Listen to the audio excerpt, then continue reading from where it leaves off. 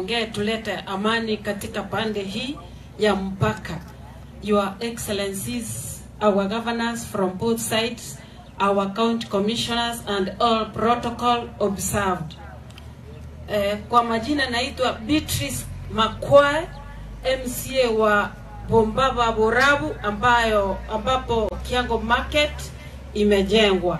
Kabla sijaendelea, niko na mwenzangu MCA Ogugu kutoka Magenje. Hakuwa anajua kama huko. Just say the name and where you are from. Your Excellencies, Governor Mututu and my Governor Simbarad and Member of Parliament and my Speaker, my name is Timothy Ogu, MCA for Magenje Ward. Amani, amani, amani, idumu.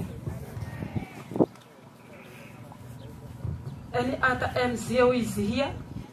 Oh, I'm sorry, Felix from Chicago Borabu Ward. Your name? Asante sana kwa nafasi, magavana wetu, wajumbe na spika wetu wa Kisii na Narok na wasalimu. Hamjambo tena. Nina furaha kwa siku ya leo kwa sababu tumekutana wote kuleta amani.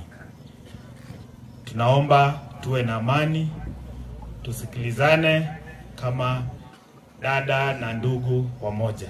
Kwa majina naitwa Felix Ombati Nyambane from Chicago Borabu, ile side ya Nyamaiya and Keyan. Asante sana. Niko na mambo matatu mafupi ya kuongea. Jambo la kwanza, vile tumefika hapa kuleta amani, kuanzia viongozi wa juu mpaka mwananchi wa chini, zote tufunguke roho ili tukitoka hapa tuaje amani. Si ni hivyo? Jambo la pili, Your Excellency Paul Simba, Governor Kisii County, kuna vijana wenye waliumia, nilipeleka hospitali, wamepona, ufuatilie, ulipe hizo charges, watoke hospitalini. Jambo la tatu na la mwisho, Your Excellency, ni vizuri ulikuja ukaingia sokoni na Obadia. Tumekuwa tukitaka kufungua hii soko kwa siku nyingi, tumeshindwa. Leo vile mlikuja mkakanyaga mkaketi kwa ile soko, tafadhali mnaporudi kuja tufungulie soko ili wasichana kutoka Maasai wakuje kufanya biashara hapa. Barikiwa. Asante sana mheshimiwa wetu. Hebu tena tuonyeshe amani, amani. Tuseme wote amani, amani. Amani.